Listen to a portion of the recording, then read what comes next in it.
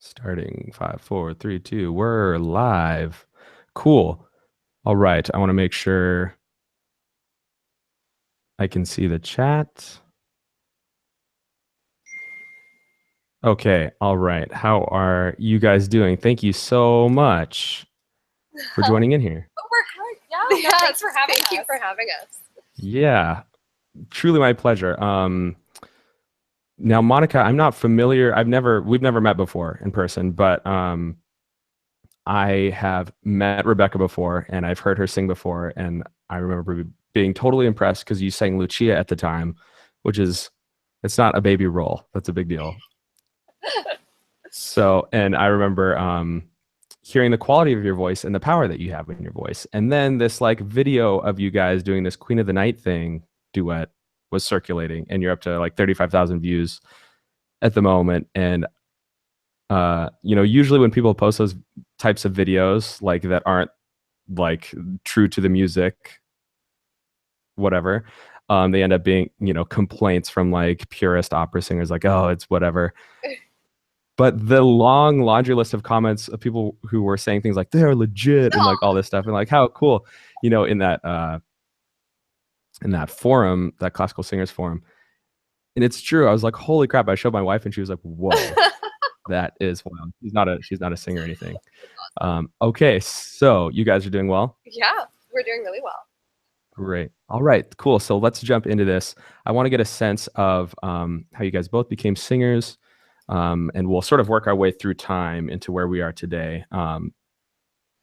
So Monica, because I don't know you, how about we go first? Where'd you go to school? When did you decide you wanted to be a singer? You can comment on the quality of your voice at your very first voice lesson. Okay. Like the things that you had then and that you were lacking then, and basically bring us up to today with what you've worked on with your voice.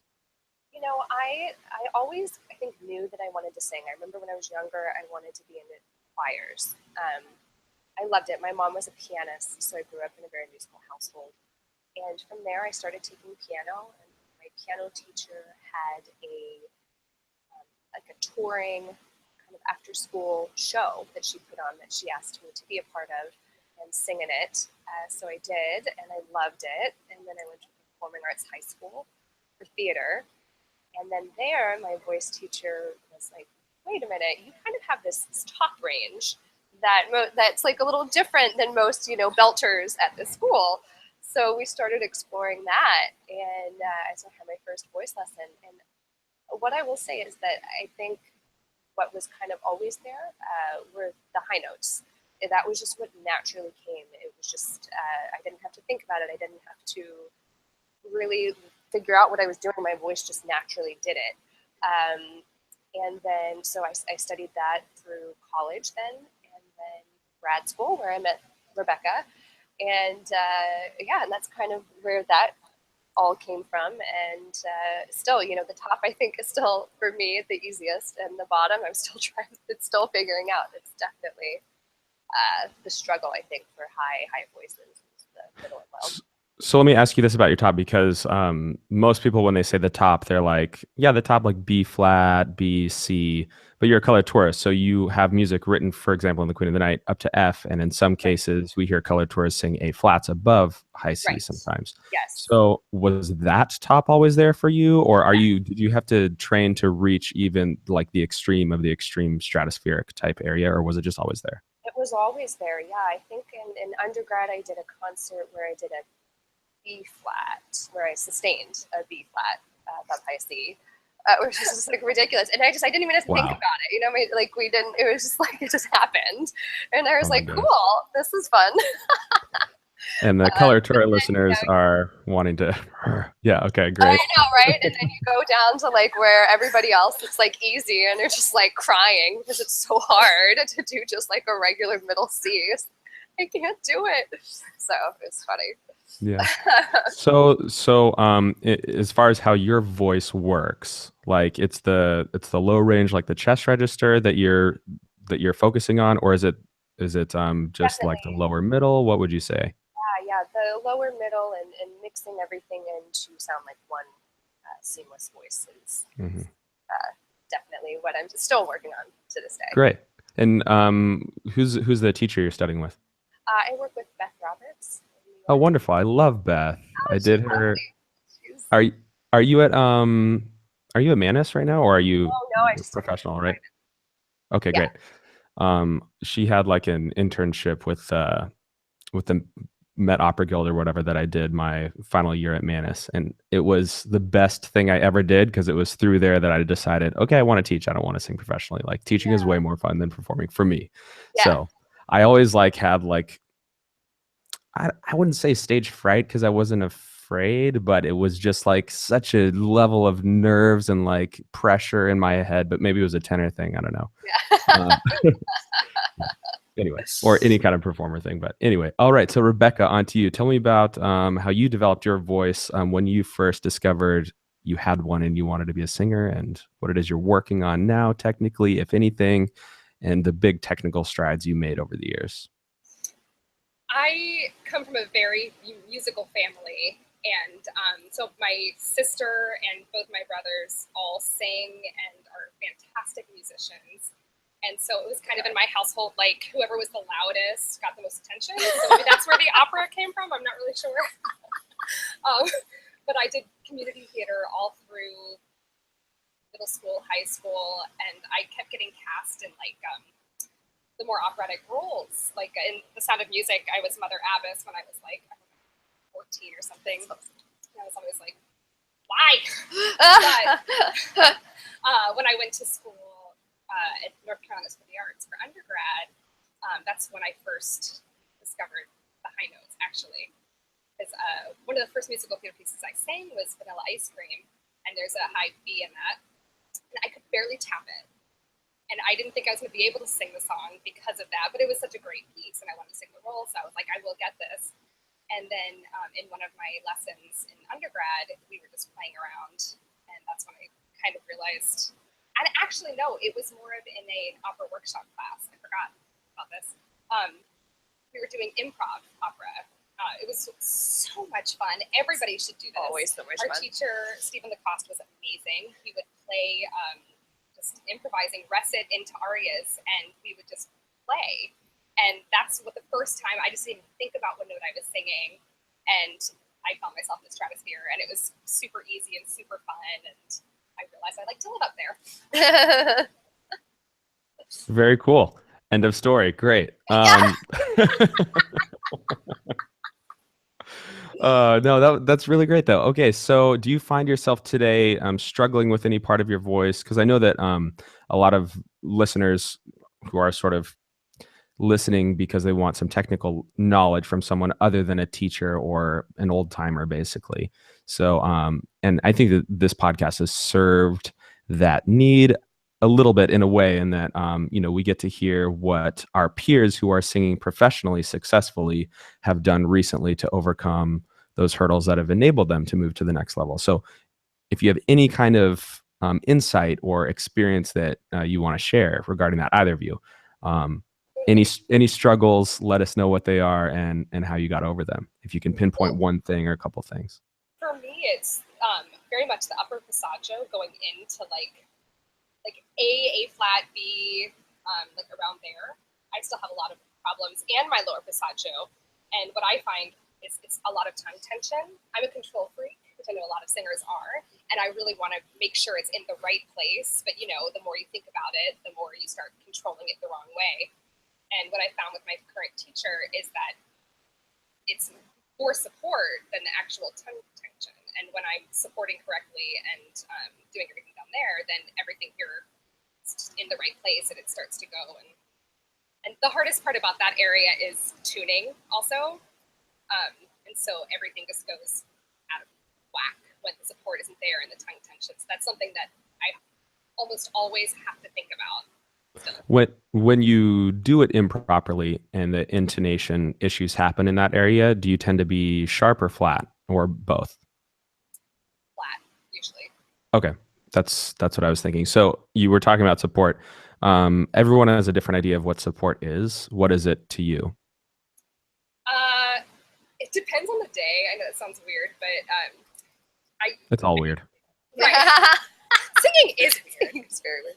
It's the most natural, unnatural thing anyone can do, as we've heard. Yeah, well, that's very true.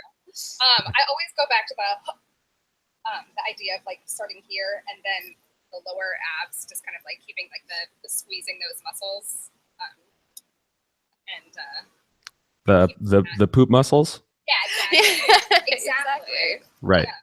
I mean, if Pavarotti said it, then I'm going to say it. Yeah, Exactly. well, it's true. Singing is so physical. You have to go there. And my instinct for some reason was to push out as opposed to like pull in. So that's something that I'm still having to work on too, which I don't know why anyone would want to push out their stomach when they sing. Like, it's not attractive. Yeah. Anyway, Yeah. I mean, the point is that it's different for everyone. So I don't know if someone posted an article, and I should know this, but it just popped into my head now. So I wasn't even planning on talking about it, but it was talking about appoggio or support or whatever. And it listed like the most common explanations for what it is, like one after the other, 20 of them or something, or 15 of them. And pretty much all of them were contradicting the one prior to it. I'm sure. It was like, hold your stomach out, suck your stomach in. Right. Hold your lower abs out, suck your other, and vice versa. And like or every. leaving your rib cage out. It's all, exactly. Yeah. Oh, Rebecca, I forgot to ask you, who are you studying with currently? Diana Sobiro. Okay, wonderful, awesome.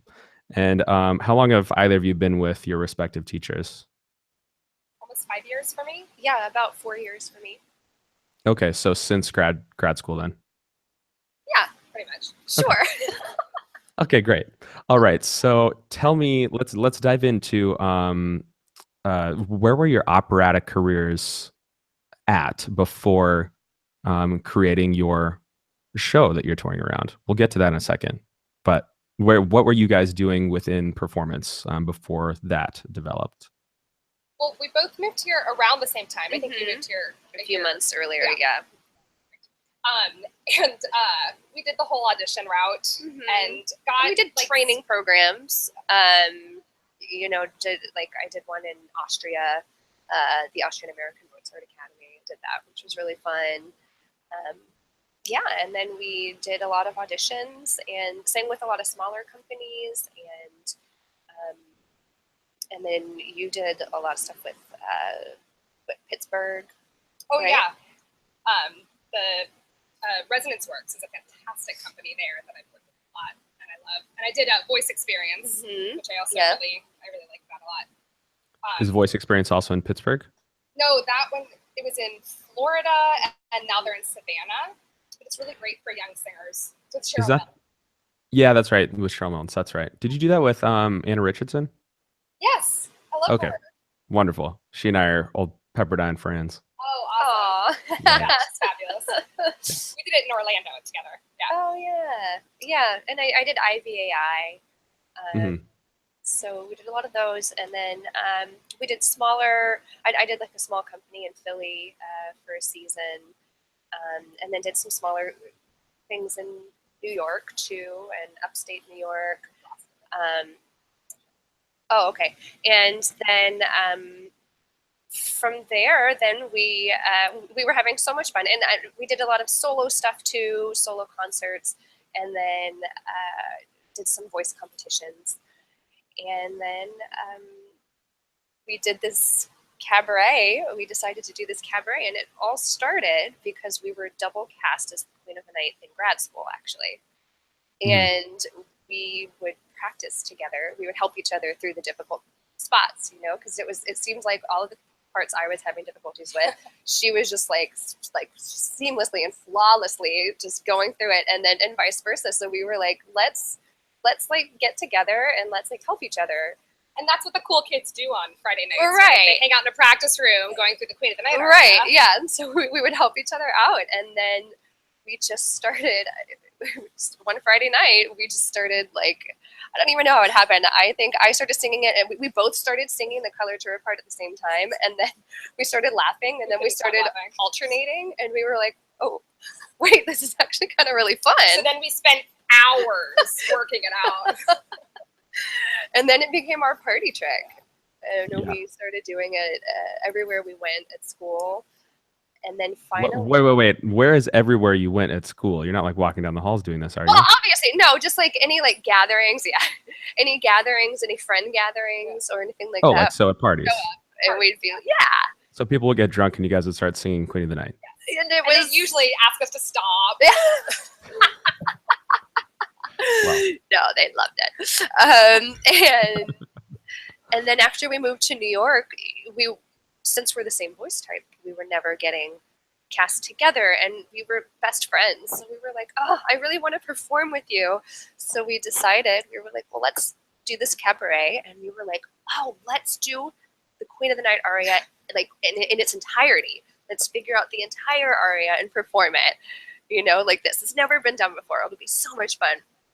And it was a huge hit. So we just kind of ran with it. And now we just keep finding ways to perform together because that's when we have the most fun. And it started out being more of like between the different opera gigs that we were doing. So it was actually really hard to find the first time to do a cabaret together. We had to practice over Skype or through email to talk about like what we'd be doing. We maybe rehearsed like 3 times. So we were terrified about doing the whole Queen of the Night aria together the first time. But it was so much fun. Yeah, it was fun. We were just in tune with each other, and so it worked. And now we do it as much as we can. We do every time we do the cabaret, it's different.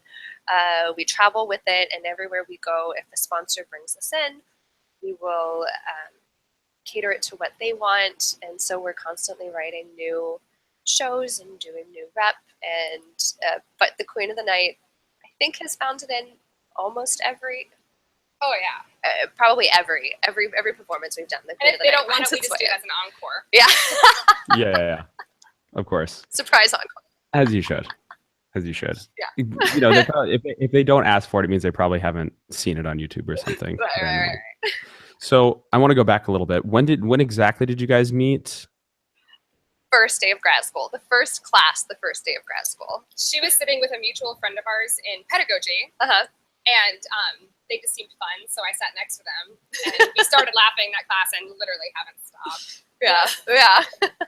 Amazing, because my experience, well, I guess maybe the stereotypical experience of like voice types who are the same, who are competing for the same role, get competitive and don't let themselves be close friends. But apparently, you guys couldn't really help that.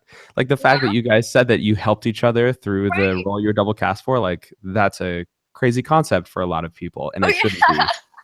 We tried really hard to hate each other. I know. It was just too fun. It didn't work. That's great. Okay, so now back to the cabaret show. So you guys have been performing it all over. So how far have you taken this thing so far? Well, we took it to Italy last summer, and we're taking it to a different part of Italy this summer.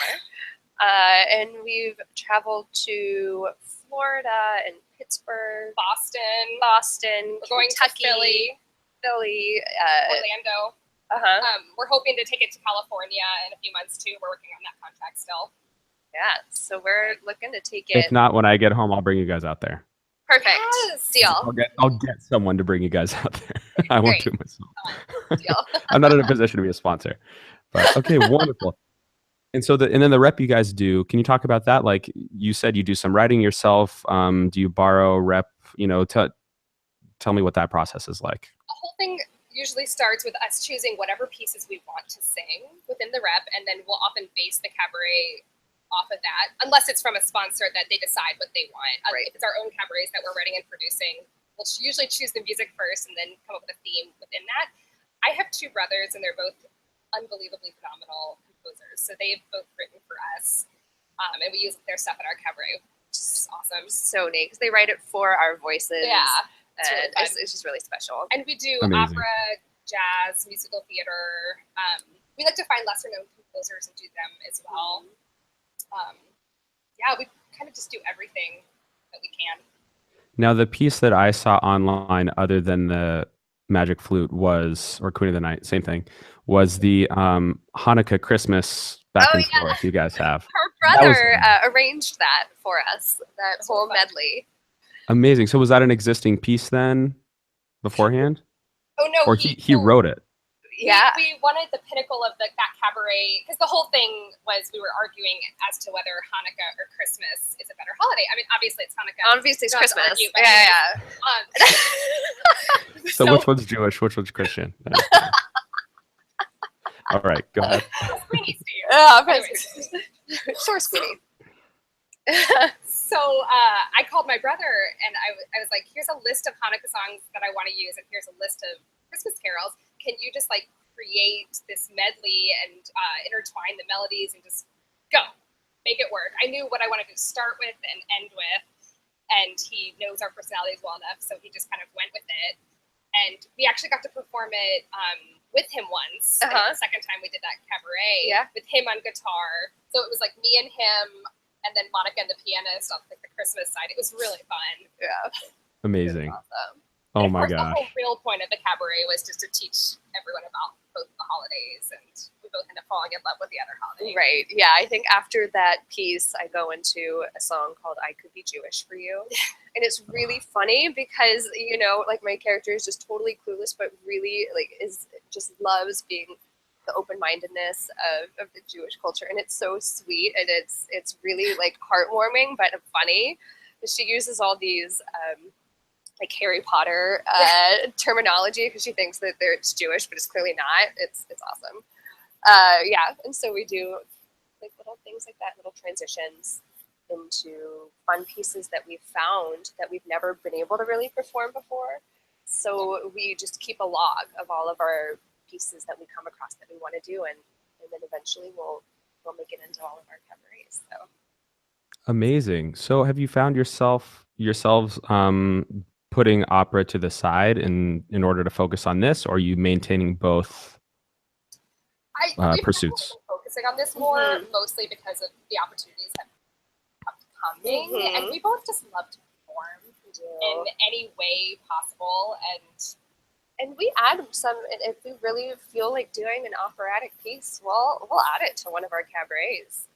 That's the great thing about it, is that the cabarets can be whatever we want. And so for one of the cabarets, I did a much more classical, even though it was English, it was much more classically inclined. And so I did that, and it was great. I just didn't use the microphone for that. I just put the microphone far away and just wailed, and it was really fun. And people, it's exciting because they're not really expecting that a lot. So we'll definitely throw in operatic pieces as well. Amazing. So like, do you tell the audience why you're putting the microphone away, that like opera is done without microphone, or do you just do it and you let it happen?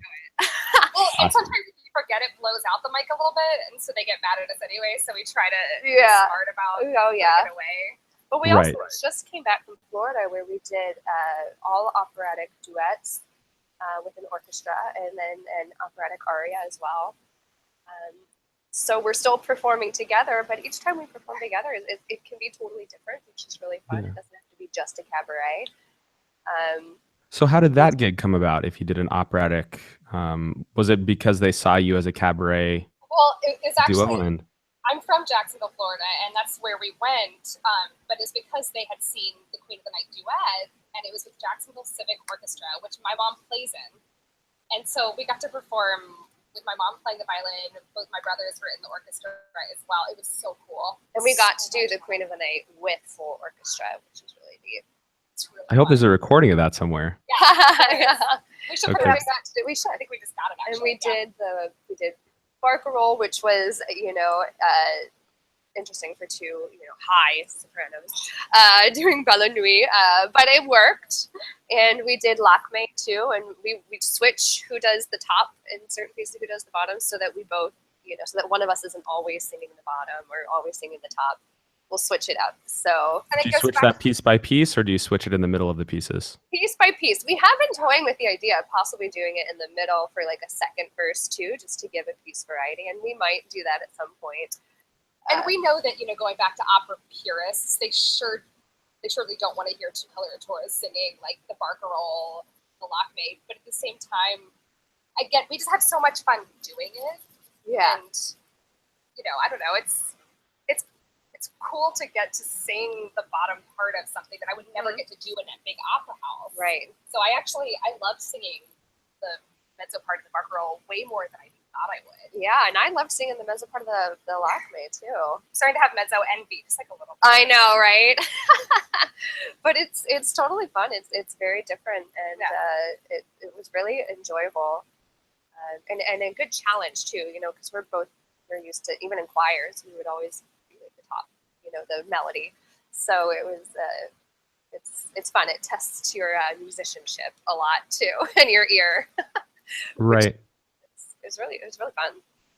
So where do you guys see this relationship going in the future? Short term, long term? Yeah. Oh.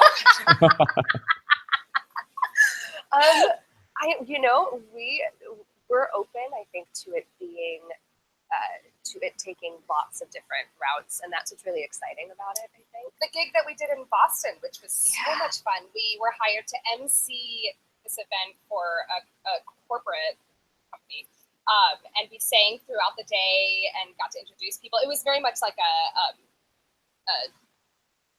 the word? Kind of like an awards show. Yeah, an awards that's why it's nice to have like a yearly. Yeah, they're kind of like yearly corporate event where they give out awards, and so the Dundies needed someone to be MCs, and we're totally fine with. You know, we were like, yeah, sure. So it was awesome. Really fun. It was like the public speaking part was really fun. Yeah, and we got to improv a lot when things went off script, and we love thinking on our feet, and so we just had a great time, and we performed throughout it too. It was at the Wang Theater in Boston. It was beautiful. So because of this, we've both had more opportunities than we could have ever imagined, and things that we just wouldn't have even guessed that we would be able to do. So we're open to anything. The cabarets, like writing them, are so much fun. So much fun. Keep doing that. And we both still are performing separately, like pursuing that and doing other shows and stuff. But this is just so much fun. Yeah, it really is. Yeah. It really is. Being able to travel with your best friend is awesome. Yeah, it's a pretty sweet setup. If you can, when work becomes pleasure, then you're good to go. So back to when the cabaret show started, how did specifically going from the duet, the Queen of the Night duet, to getting your first gig or creating your first gig, what can you point to a specific moment where you decided to write a show around this idea? Well, I started doing cabarets when I first moved here. I had a lot of trouble sitting still, so I always had to be doing something. And my sister lived here, and so we kind of put something together. And then I did a couple others, and we had been talking about it forever, but I think you were in Philly at the time. So when she moved back, we started talking about it, and once we finally got enough of the rep that we wanted to do, we contacted Don't Tell Mama, and it's a great performance space. Oh yeah, they're wonderful there. And we weren't really sure who was going to show up or how it was going to go. It was an interesting concept. It was a choose your own adventure cabaret. I don't know if you ever read those books. No, I haven't actually. Okay. So I'm ashamed to say. Well, you should as soon as this podcast is over. Yes. But so we obviously had a set list of what we were going to sing, but we had no idea in what order or in some cases how we were going to sing them. The intention of everything. The intention, exactly. And the audience throughout got to decide what happened next. And so it was sort of those things that we were so excited, but it was either going to go great or fall on its face. We had no idea. and luckily it went great. It was awesome. Great things tend to start with taking a big risk. So that's amazing. Yeah. Did you guys feel like you had nothing to lose, or like you were just like, let's just go have fun? Like, yeah, I mean, we're both very passionate about it. So it's like we really wanted it to go well, and I think we were nervous. But yeah, at the same time, like you said, it's like, why not? If you don't go big or go home. Right. Well, and I felt comfortable too, like being on the stage with her, knowing that it was like Rebecca, that was my partner in this show. I was just, of course there was a little bit of nerves, but I was so calm about it. And when things did go wrong, you always know that your friend is going to be there to have your back and to cover for you. Yeah, it was fun. Spread out that liability. Yes, exactly. Because I trust her so happened a much. few times. Yeah, but we caught each other. We and it was great. So we after that, I think we were both on this performance high for about a month. I'd say it was so exciting, and we were like, how can we continue doing this? This was like the best experience we've ever had. Like, can we please keep doing this? So would you say that that was like the best performance the two of you have had together, or the memory you're most fond of when you think of all the times you've performed together? I want to know what that is. Yeah, I guess so. Because it was the first time we'd ever experienced anything like that. It's very memorable for me, and the audience reaction too. After that, it's that I'll never forget. That was really special. It was pretty cool. And like after doing all the work and all the nerves, for me too, like the time that I got to actually sit down for a second when she could have a solo and sit there and listen and think to myself, oh my God, she sounds amazing. Watching the audience just eat up every bit of it. Like it's so fulfilling. Yeah. Get to perform with your best friend and be so proud of, It's awesome. I love it. Amazing. So how many shows has it been? Are you guys keeping track? Oh my goodness. Like more than 10, more than 20? probably somewhere between 10 Yeah, I think so. And we've even had places now, because now the Christmas versus Hanukkah Cabaret has kind of become one that's in demand now. And we did it in Pittsburgh last year. We're already hired to do it in Florida this coming December. So that one's a particular show that, and we tweak it a little bit each time we go, but it's kind of a standalone show. So some of these we're doing multiple times in different places too. If the sponsor wants specific a show, it's great, and then we have it up and ready to go. And then we're still creating new ones too. So we have quite a few. Amazing. It's fun, yeah. So can you go into the rehearsal process for this? Think of someone who's curious about going and getting a cabaret partner and starting their own show. Like, what's the rehearsal process for you guys after a piece has been written and after maybe you've done a cold read of a piece? Like, how do you then rehearse your show? Well, we should actually back up for a second. Okay. Because yeah, I know exactly what you're gonna say. Sorry, I'm not getting emotional. So our very first cabaret that we did together was with one of our best friends, Alden Gott. Did you know Alden? You of course know Alden. Yeah, Alden. He's in Germany now, right? Incredible. Yes. We visited him last summer. He's incredible, and so he helped us to write that first show. And he and the Christmas versus Hanukkah one. He helped us.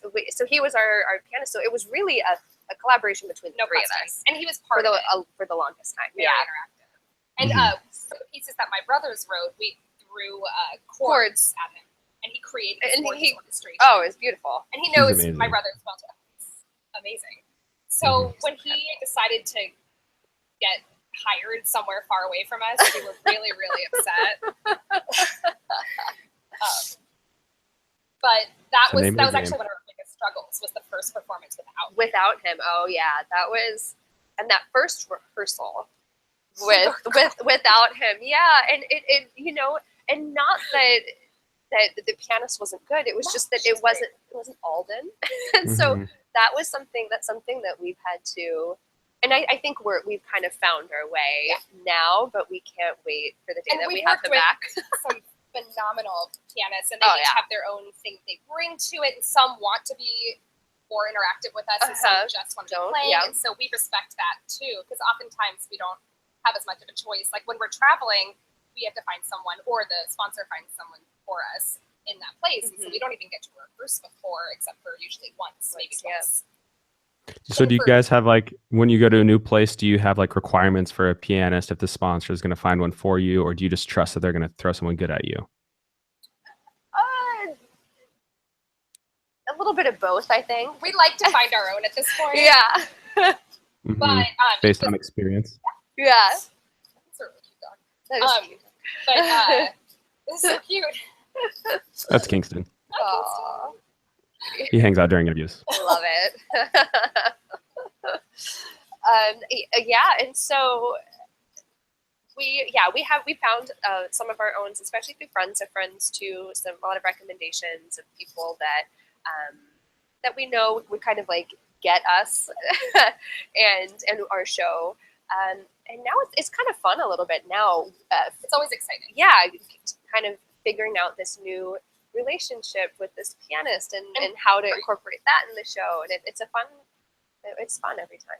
And as far as the rehearsals are, like once we've done a show, it's kind of like a little bit in our bodies. It's more about re-memorizing. When we get together to rehearse, we usually end up talking about other things for like an hour before we actually start rehearsing. Right. Of course. Yeah. And then when we get to wherever we're going, like I said, it's just one rehearsal with the pianist, and then a dress rehearsal. Mm-hmm.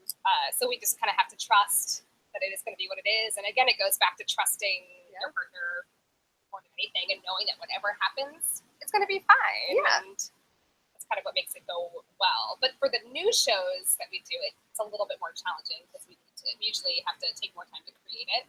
And when one of us is out on a gig, or sometimes both of us, it becomes very interesting. It's just like late night Skype calls or phone calls trying to come up with it. And again, we just end up spending half of it like laughing. Oh yeah, our rehearsals. Well, and that's where a lot of our jokes come from. That's true. Is from our just rehearsals and our brainstorming sessions, and we'll just be joking about, going into a different song. We'll just make an offhanded, we'll just comment, and then the other person will be like, oh, "That's brilliant," and then we add it into the show, and that's what happens almost every time. It's just purely just jokes from our conversations, or we always just hope that other people think we're as funny. I know. I think that's our biggest fear, is people not finding us as funny as much fun as we have in our rehearsals. Amazing. I mean, like this whole process, how it unfolded from a party trick into a whole partnership that's like been extremely successful in the past year. I mean, how cool is that? You guys are so positive about it too. Like even when you talked about the stressful times, you're still just, I can tell like that you don't resent anything. Like it just seems like it's all been a positive experience. And like, yeah, well, that was uncomfortable the first time, but it's become an exciting process now to get to see what you're going to get with a pianist.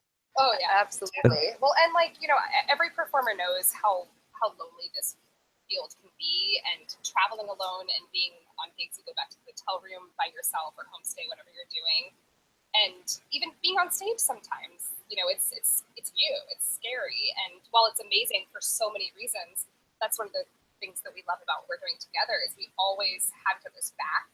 And if one of us is having a down day, the other one will pick up the slack and whatever. It's just, it's been amazing. Yeah. I feel really, really lucky. Yeah, and we get to travel together, and we have a lot of the same tastes and things. We get to explore together, and it's awesome, and share the stage together, which is just really thrilling. That's great. Yeah. So I want to get a little more about like your working partnership, or even personal, because it's sort of like the same thing. So are you guys let's call you a couple for now.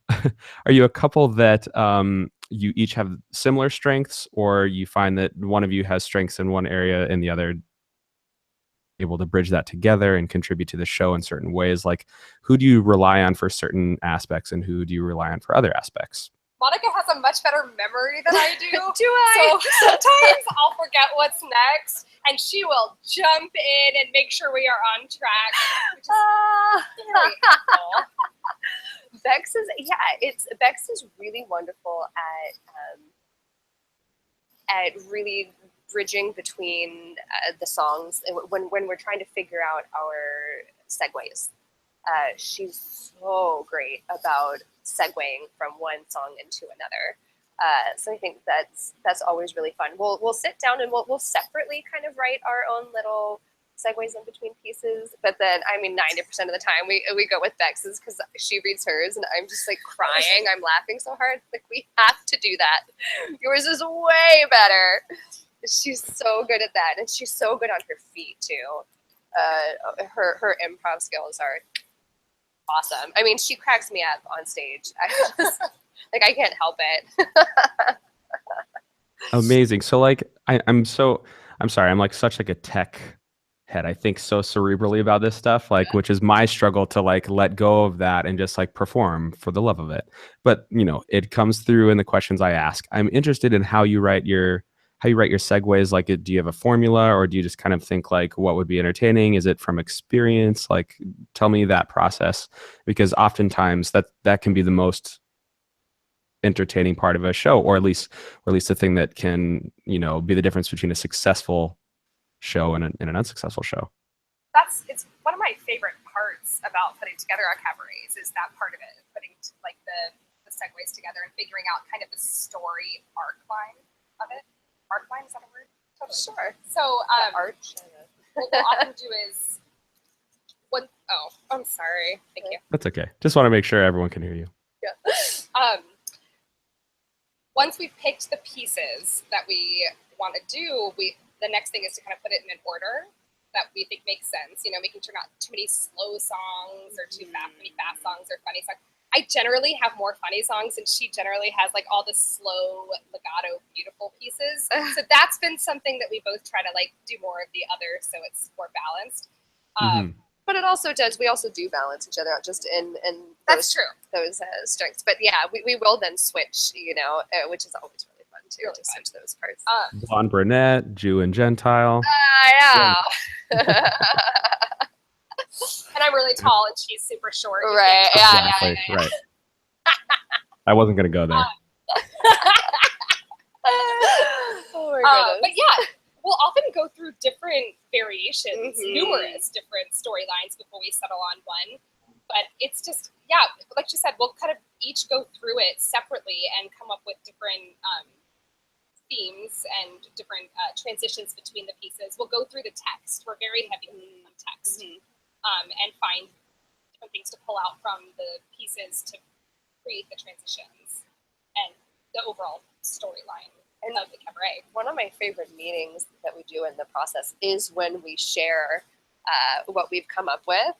We'll normally meet like a coffee shop or something, and we will just be, I mean, just ridiculous. We're laughing so hard at what like the other one wrote.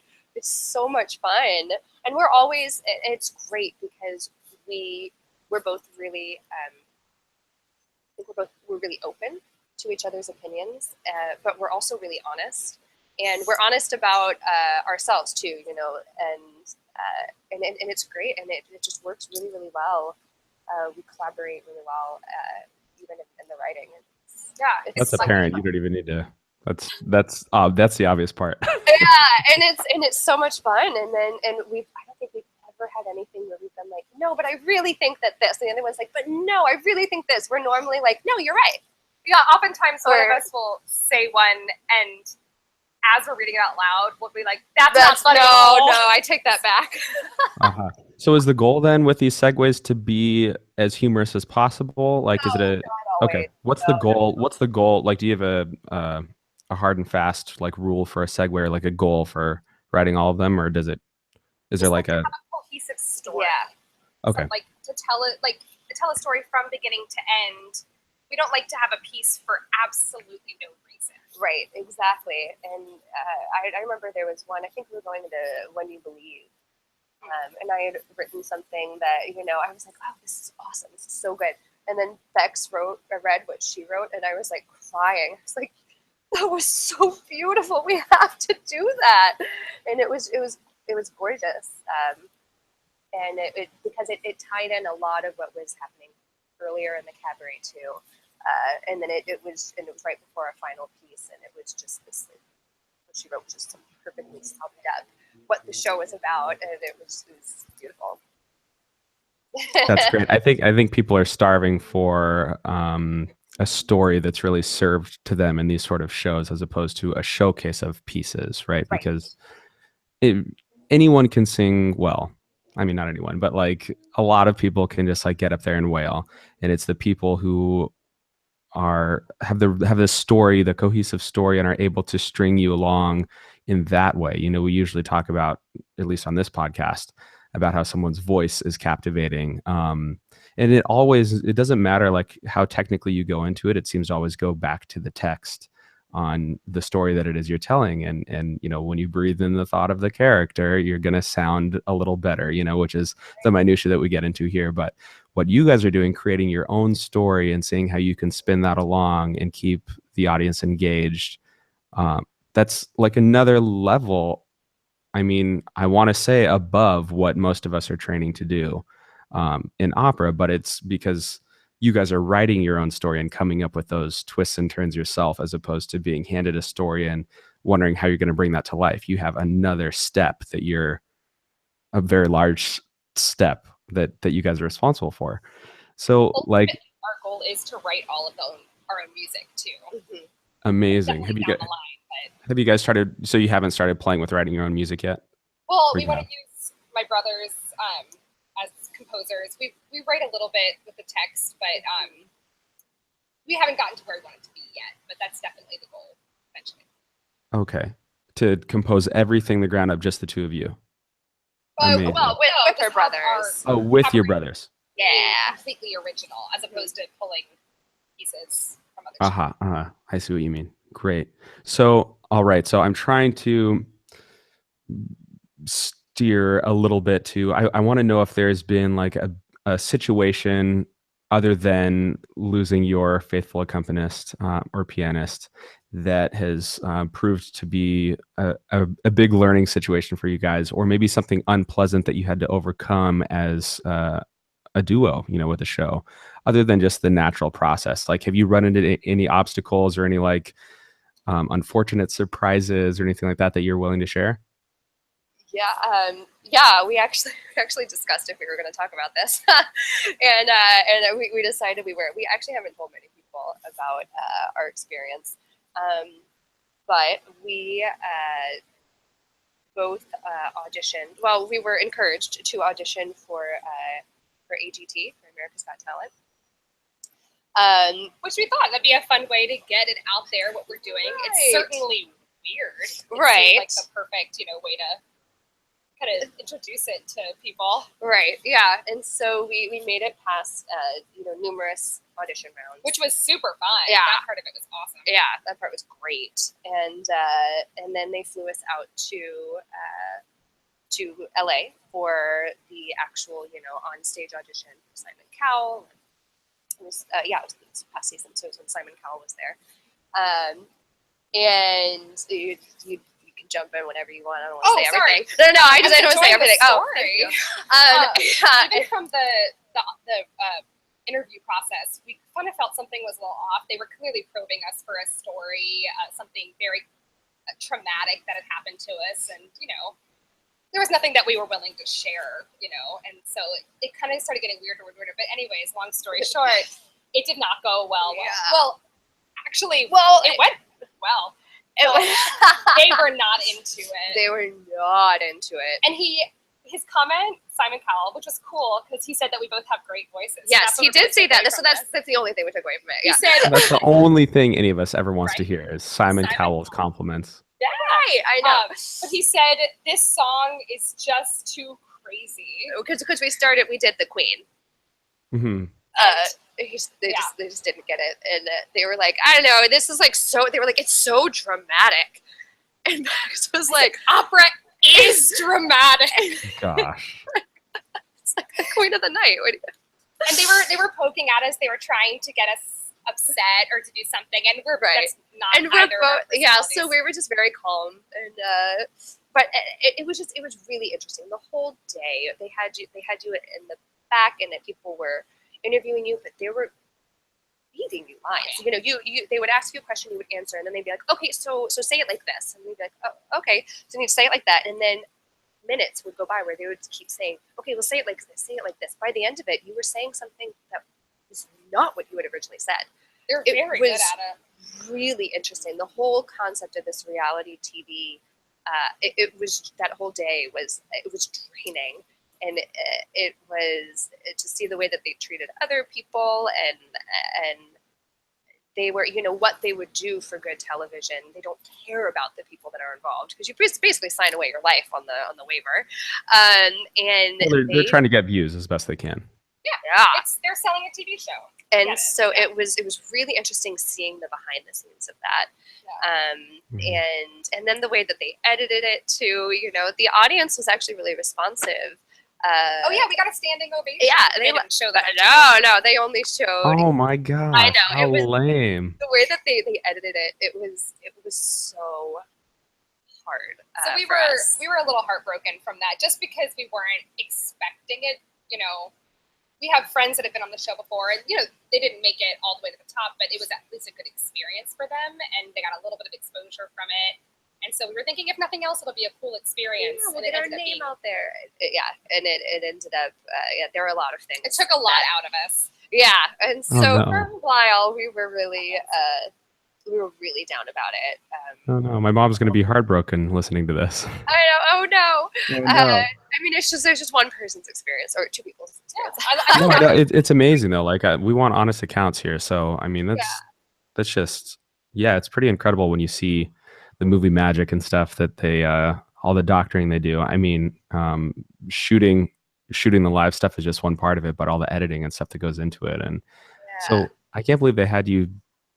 You felt like the director was having you not only say things just to have a different option to choose from for their final edit, but that they were actually trying to shape your response into something they wanted specifically. Yes, I think that. And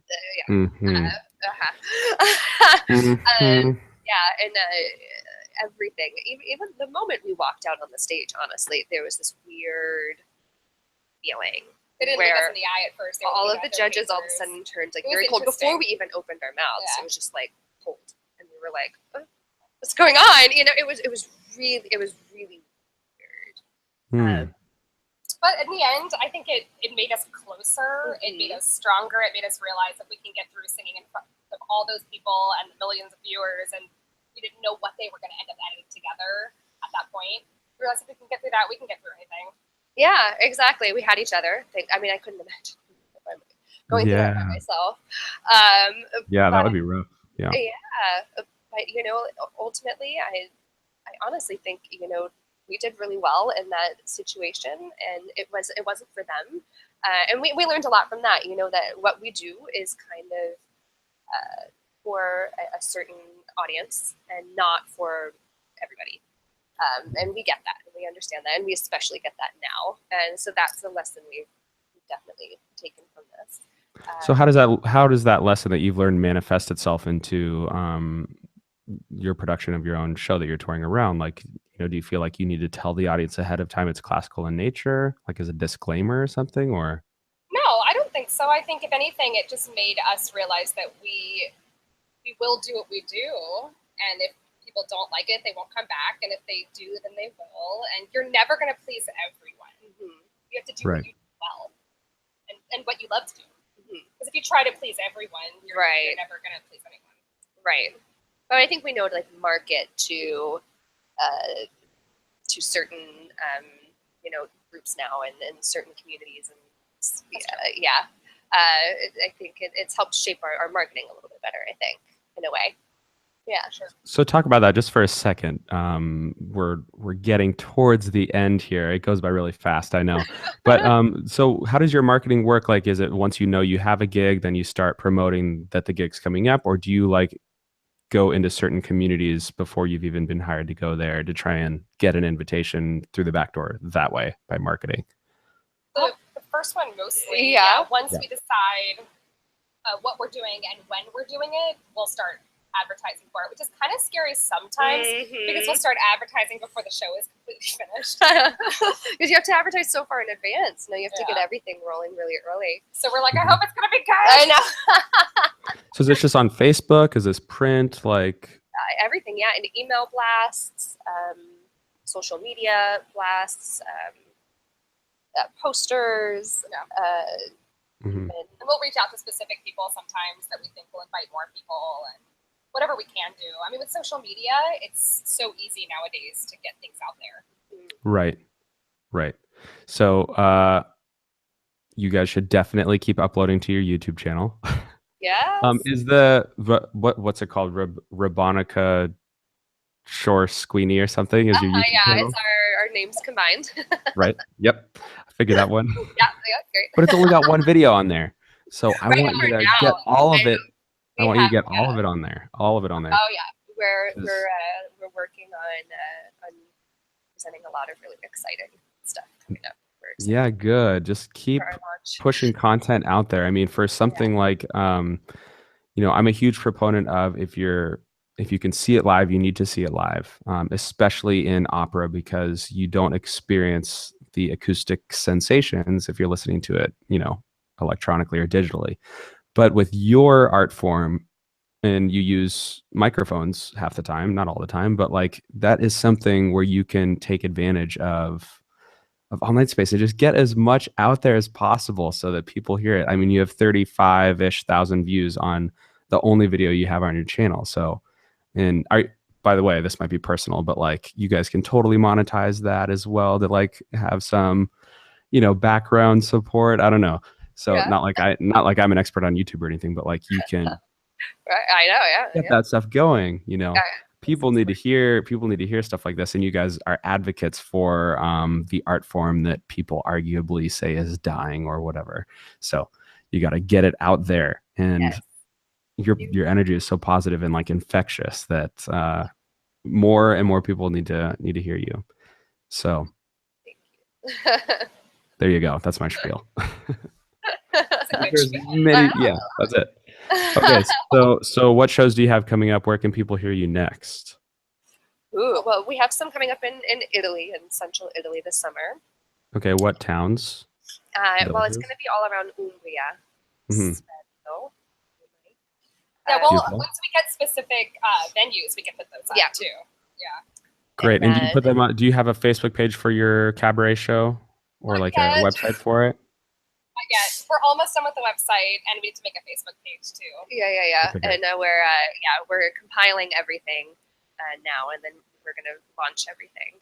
Okay, so until then, how do you want people following what it is you guys are up to? I guess we post it separately on our own Facebook pages. Personal, yeah. Hmm. So that's kind of how people have been following us. But I guess Great. if you're not friends with us, then you can't. Right. See it. Yeah. Yeah, but we have a cabaret coming up in the fall that we're going to do, and then we'll have everything launched Oh yeah, before that'll be here then. in New York. It'll be in New York, and so we'll have everything launched before then. So you can find all of the information on that online before that happens, which we're really excited about. Amazing! Oh my gosh, I hope I get to see it one day. Yes. Yeah. And so, are you guys? Do you have any contracts coming up outside of the cabaret space? Are you performing? I'm doing a Elixir of Love with Hubbard Hall in August. Yes, which I'm super stoked for. Adina? I'm thinking Jeanette. Awesome. That's a fun role too. That's so much fun. Very cool. That's such a cool opera. I love that opera. Okay, cool. And Monica, nothing so far? Oh, I have the cabaret. It's coming up. Well, I mean, yeah. I'm just wondering, like, if you guys are performing, people need to know how they can see you. Okay, great. Awesome. Okay, wonderful. And you guys are both in New York City. Yeah, you mentioned that. Okay, great. Yes. Very cool. All right. So anyone listening, pay attention, follow them on Facebook and see what's coming up next. You guys, thank you so much. It's been fun, like getting to understand what you guys are doing. It's so cool for people to hear that you can be fulfilled outside of just performing opera or art song or something, or you can incorporate it into your own creation. I mean, the entrepreneurial spirit is alive and well and should be. You got to use that. So good job, you guys. Bravo. Brava. Bravi. Brave. Okay. Wonderful. Thank you so much. We've got no listeners today for the live stream, so no questions to answer. So no big deal. All right. So Yes. yeah. And maybe to Yes. Okay, good. All right. I'll be sure to relay that. I love it. You guys, thank you so much. So it'll be a few weeks probably until this is posted because I've got a backlog of a couple episodes, and so I post one a week. So, but I will let you guys know. And that's it. Thank you so much. It was so Again. fun chatting with you. It was so much fun. I'm glad you're doing Yeah, well. thank you. Yeah, I mean, we're, having a good time. Awesome. With a really cute dog. So. Yes. Thank you. My gosh, it just like gets bigger and bigger. We adopted him out here at like they think 8 or 10 weeks, and he was like this big. Oh. And we were like, you have any idea how big he's going to be? And we were looking for a hypoallergenic lap dog, and he sheds more than any dog I've ever known.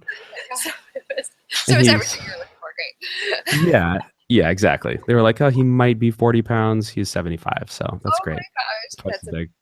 incredible. That's right. He's been so fun. Like for adventures and stuff, like we go camping out in the desert, and he just like runs all day long out. Like you'd lose him too, because he's the color of sand. Color of sand, yeah. Yeah. But he's great. Awesome. He's a lot of fun. Gosh, that's incredible. Yeah. All right. Well, you guys keep it up. Like, share to the world what's going on, because it sounds really exciting. I really want to catch a show, because those YouTube videos are hilarious. But to be there live would be so fun. It would be awesome. So- Yeah. One of I these think, days. yeah. There's Yeah. another video up there called Casting Call for a Best Friend, which is really fun. You know, I'm gonna send your stuff to my circle back in California. People who are a bit more well off than I am. I couldn't be a sponsor, but I know people who could be. So hopefully they're looking for entertainment. Yeah. We're fun to hang out with. We too. are. We're really fun. Yeah, obviously. Oh yeah. The interview's done, but just like when you logistically speaking, like if someone sponsors you, is it like a homestay thing, or they put you up somewhere, or what? How does that work typically? For the most part in hotels, But we're open to anything too. And if We're flexible. If if it was somebody like somebody that we knew them or whatever, and they were like, "Do you mind staying at our place?" We would be like, we're pretty "Sure." easy. Yeah, Cool. we just love Very good to know. working together. So. Yeah. All right. Well, Coloratura dynamic duo. You guys keep it up. Yeah. And again, I'll let you know when this goes live. Thank you so much. All done. Ew. Yes. Bye. Take care. Peace out. Thank you.